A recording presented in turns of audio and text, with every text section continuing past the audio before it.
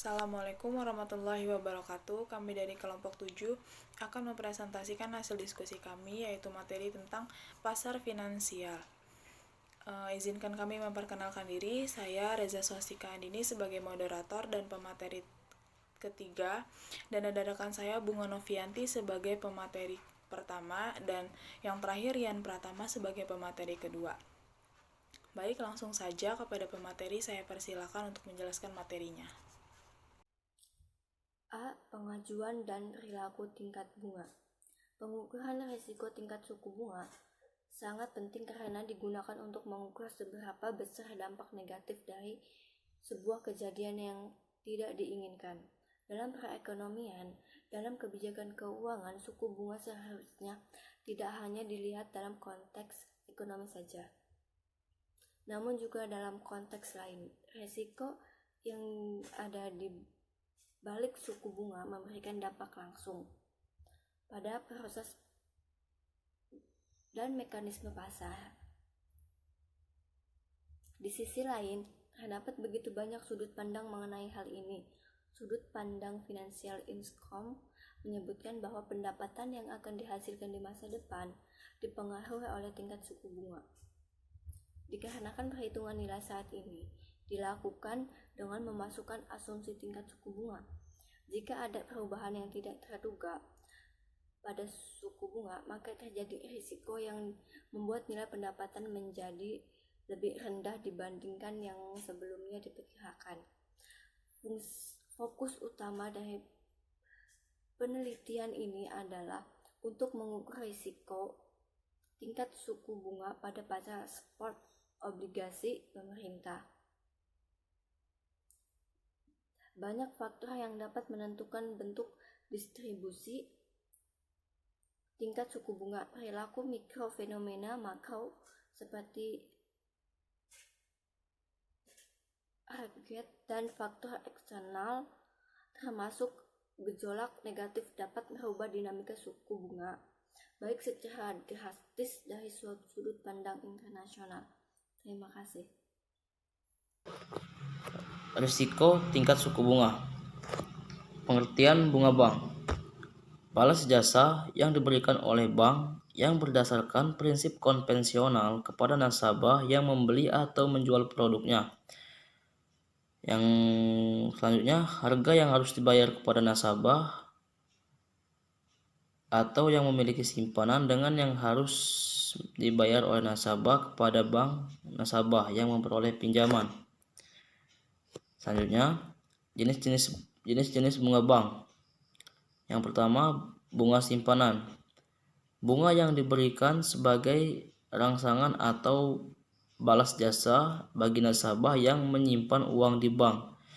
Bunga simpanan merupakan harga yang harus dibayarkan bank kepada nasabahnya. Contoh, jasa giro, bunga tabungan, dan bunga deposito. Yang kedua, bunga pinjaman. Bunga yang diberikan kepada peminjam atau harga yang harus dibayar oleh nasabah peminjam kepada bank. Contoh, bunga kredit. Selanjutnya, faktor-faktor yang mempengaruhi buku bunga.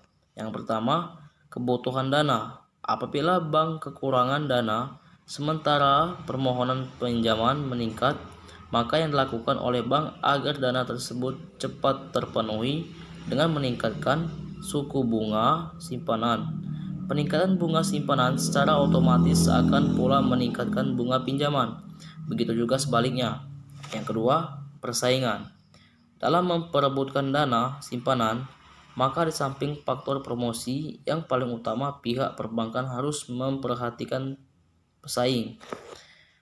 Selanjutnya, faktor-faktor yang mempengaruhi suku bunga lanjutan. Yang ketiga, kebijaksanaan pemerintah. Bunga pinjaman dan simpanan tidak boleh melebihi bunga yang sudah ditetapkan oleh pemerintah. Yang keempat, target laba yang diinginkan. Sesuai dengan target laba yang diinginkan, jika laba yang diinginkan besar maka bunga pinjaman ikut besar dan sebaliknya. Yang kelima, jangka waktu. Semakin panjang jangka waktu pinjaman, maka semakin tinggi bunganya.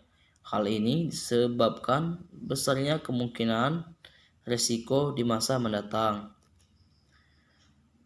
Yang keenam, kualitas jaminan. Semakin liquid jaminan yang diberikan, semakin rendah bunga kredit yang dibebankan dan sebaliknya. Yang ketujuh, reputasi perusahaan. Bonafiditas suatu perusahaan yang akan memperoleh kredit sangat menentukan tingkat suku bunga yang akan diberikan nantinya. Yang kedelapan, produk yang kompetitif.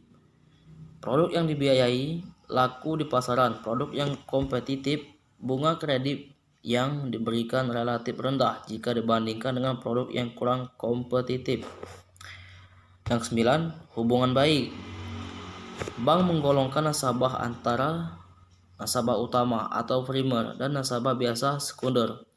Penggolongan ini berdasarkan keaktifan serta loyalitas nasabah yang bersangkutan terhadap bank. Yang ke-10, jaminan pihak ketiga. Perusahaan yang memberikan jaminan kepada penerima kredit.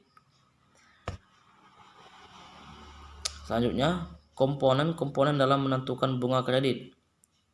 Total biaya dana merupakan total bunga yang dikeluarkan oleh bank untuk memperoleh dana simpanan baik dalam bentuk simpanan giro, tabungan maupun deposito. Yang kedua, biaya operasi. Penggunaan sarana dan prasarana memerlukan sejumlah biaya yang harus ditanggung bank sebagai biaya operasi. Yang ketiga, cadangan risiko kredit macet. Cadangan terhadap macetnya kredit yang akan diberikan. Ini disebabkan setiap kredit mengandung risiko yang tak terbayar. Yang keempat, laba yang diinginkan. Dalam menginginkan laba, bank harus mempertimbangkan kondisi pesaing dan kondisi nasabah. Yang kelima, pajak merupakan kewajiban yang dibebankan pemerintah kepada bank yang memberikan fasilitas kredit kepada nasabahnya.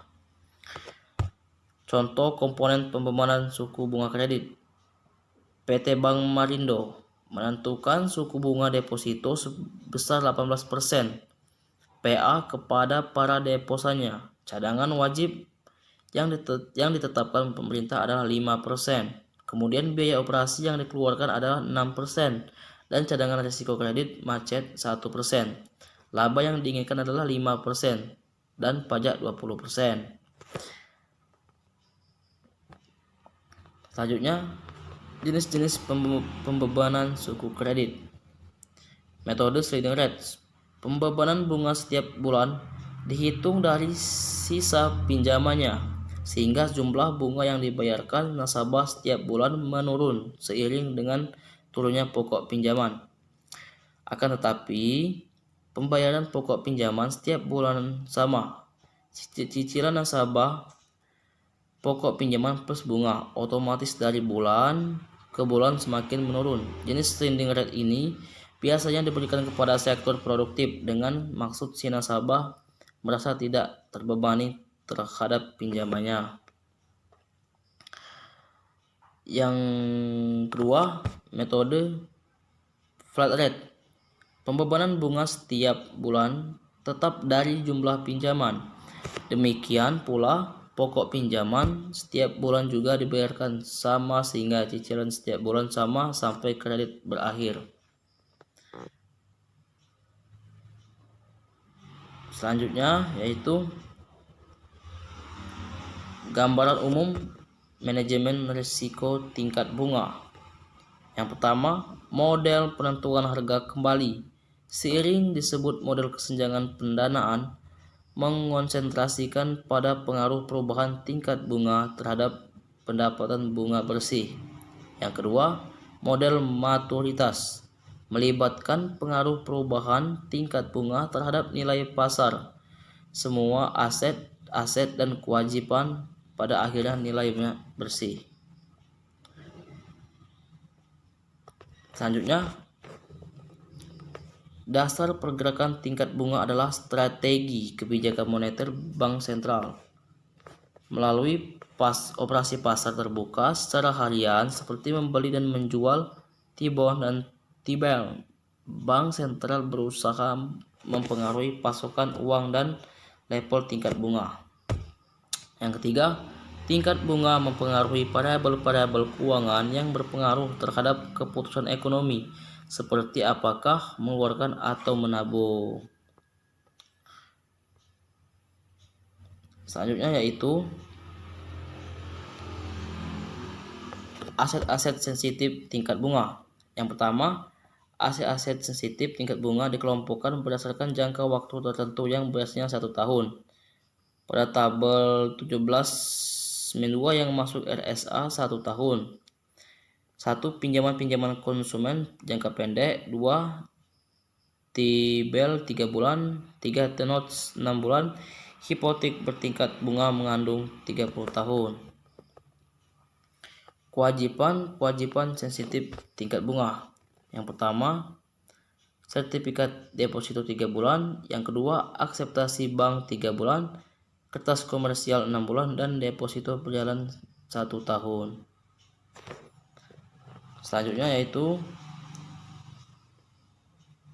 argumen yang mirip dengan giro berlaku untuk tabungan buku. Kesenjangan penentuan harga kembali sangat berguna, memberikan arah eksposur tingkat bunga. Yang selanjutnya yaitu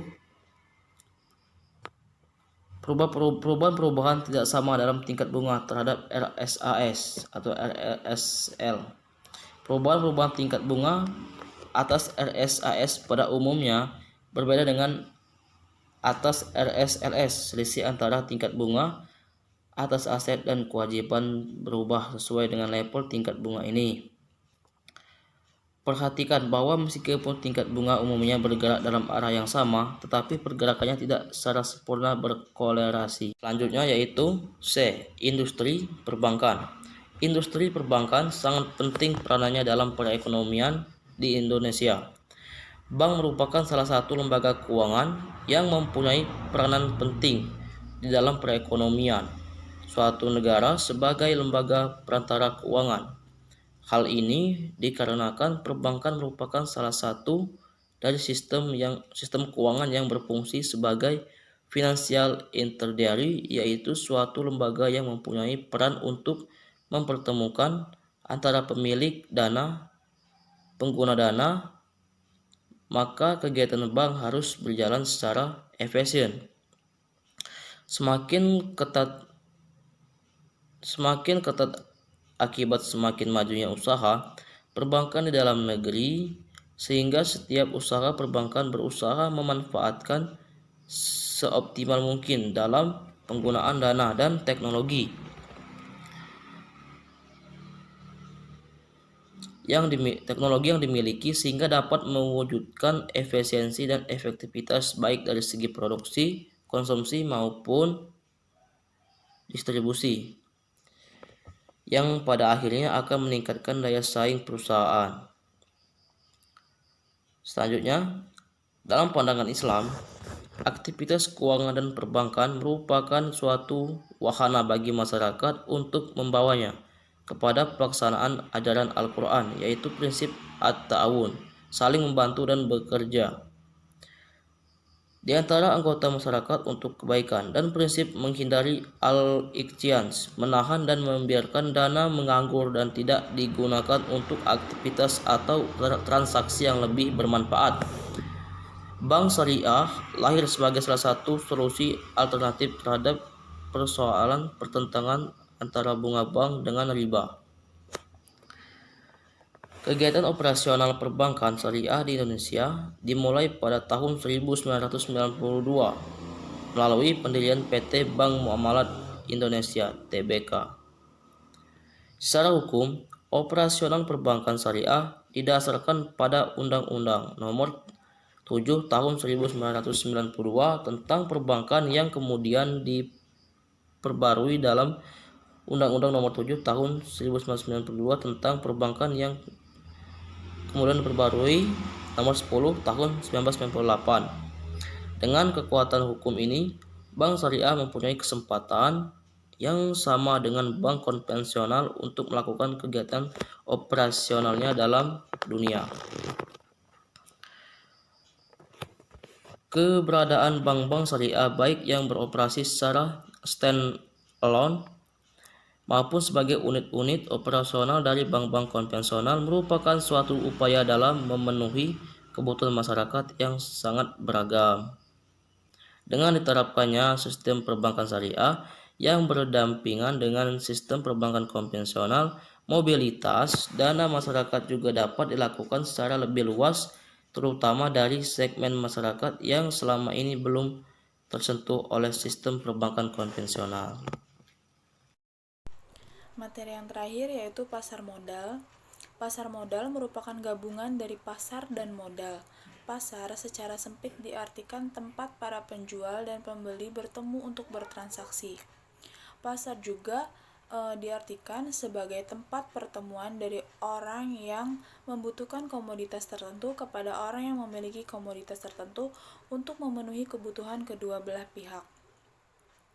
Dalam arti luas, pasar diartikan sebagai media untuk mempertemukan antara penjual dan pembeli dalam pemenuhan kebutuhan.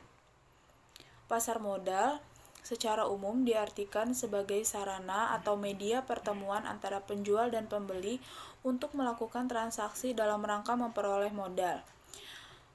Menurut Sudarsono, pasar modal merupakan pasar yang mentransaksikan berbagai instrumen jangka panjang yang dapat diperjualbelikan baik dalam bentuk utang atau maupun permodalan.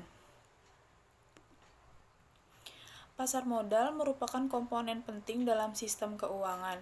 Fungsi pasar modal tersebut adalah untuk memfasilitasi para pelaku yang mempunyai surplus keuangan untuk menyalurkan dana investasi kepada mereka yang membutuhkan dana. Pasar primer dan pasar sekunder. Kegiatan di dalam pasar modal mengenal dua jenis pasar, yaitu pasar primer atau perdana atau pasar perdana adalah pasar di mana penerbitan efek yang baru dilakukan oleh penerbit atau emiten sebagai perusahaan atau pemerintah kepada pembeli, investor, atau kreditur pertama. Secara sederhana, pasar primer adalah praktik pasar yang pertama kali terjadi antara emiten dan investor. Dalam pasar modal, transaksi di pasar primer dilakukan melalui perusahaan efek yang menjadi penjamin emisi efek. Transaksi penerbitan efek pada pasar primer ini sering disebut dengan initial public offering. Yang kedua, pasar sekunder adalah pasar di mana efek diperdagangkan setelah efek tersebut ditawarkan di pasar primer. Pasar sekunder juga dapat diartikan sebagai suatu kegiatan transaksi jual beli efek dari investor beli dan investor jual. Menurut Matt Wally, pasar modal memiliki beberapa fungsi, di antaranya memfasilitasi bagi masyarakat untuk berpartisipasi dalam kegiatan bisnis dengan memperoleh bagian dari keuntungan dan risikonya. Yang kedua, memfasilitasi para pemegang saham untuk menjual sahamnya guna pemenuhan likuiditas. Yang ketiga, memfasilitasi perusahaan meningkatkan modal dari luar untuk membangun dan mengembangkan lini produksinya. Yang keempat, memisahkan operasi kegiatan bisnis dari fluktuasi jangka pendek pada harga efek. Dan yang terakhir, menyediakan sarana investasi pada sektor ekonomi tertentu oleh kinerja kegiatan bisnis sebagaimana tercermin dalam harga efek tersebut. Selain peran dan fungsi di atas, pasar modal juga memberikan beberapa manfaat, antara lain sumber pembiayaan. Pasar modal memberikan fasilitas sebagai salah satu sumber pembiayaan jangka panjang bagi perusahaan dalam mengembangkan bisnisnya. Yang kedua, sebagai wahana atau sarana investasi bagi investor yang kelebihan dana. Pasar modal menawarkan fasilitas sebagai sarana atau media berinvestasi berupa produk keuangan. Yang ketiga, penyebaran kepemilikan perusahaan. Pasar modal juga memfasilitasi masyarakat untuk ikut serta dalam kepemilikan perusahaan melalui beli efek di dalamnya. Yang keempat, lapangan kerja. Pasar modal menciptakan lapangan kerja atau profesi bagi masyarakat, baik sebagai pelaku pasar maupun investor. Dan yang kelima atau yang terakhir, keterbukaan dan profesionalisme. Pasar modal merupakan salah satu industri yang sangat terbuka dan menjunjung tinggi profesionalisme sehingga akan mendorong terciptanya iklim usaha yang sehat. Pelaku industri pasar modal. Yang pertama, perusahaan efek. Perusahaan efek adalah pihak yang melakukan kegiatan usaha sebagai penjamin efek, perantara pedagang efek, dan atau manajer investasi. Penjamin efek adalah pihak yang membuat kontrak dengan emiten untuk melakukan penawaran umum bagi kepentingan emiten dengan atau tanpa kewajiban untuk membeli sisa efek yang tidak terjual. Perantara pedagang efek adalah pihak yang melakukan kegiatan usaha jual beli efek untuk kepentingan sendiri atau pihak lain. Manajer investasi adalah pihak yang kegiatan usahanya mengelola portofolio efek untuk kepentingan nasabah atau mengelola portofolio investasi kolektif untuk kepentingan sekelompok nasabah, kecuali perusahaan asuransi, dana pensiun, dan bank yang melakukan sendiri kegiatan usahanya berdasarkan peraturan perundang-undangan yang berlaku. Yang kedua, lembaga penunjang pasar modal. Terdapat 4 lembaga penunjang pasar modal yang wajib mendapatkan persetujuan, perizinan, atau pendaftaran dari OJK untuk melaksanakan kegiatan di pasar modal. Keempat lembaga tersebut adalah Kustodian, Biro Administrasi Efek atau BAE, Wali Amanat, dan Perusahaan Pemeringkat Efek.